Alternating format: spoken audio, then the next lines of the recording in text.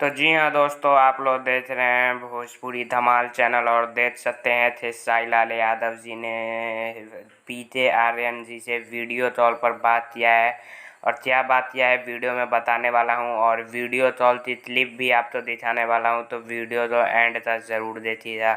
तो दोस्तों बता दूं कि हाल ही में पीजे आर्यन तो फूड पॉइजन हुआ था और ये हॉस्पिटल में बीमार पड़े हुए हैं, देख सकते हैं।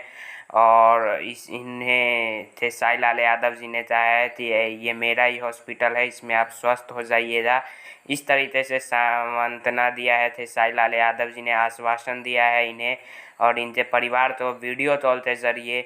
और बहुत सारी बातें चाहिए जो कि थे साई लाल यादव जी दरिया दिली अपना दिखाते रहते हैं समय समय पर।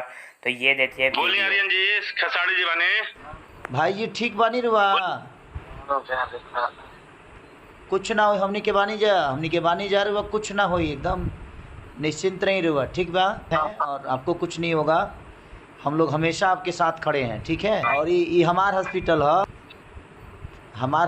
है, आप अपने हॉस्पिटल में हैं, ठीक है। आपको कुछ नहीं होगा, हाँ हम लोग साथ में हैं भाई, ठीक है।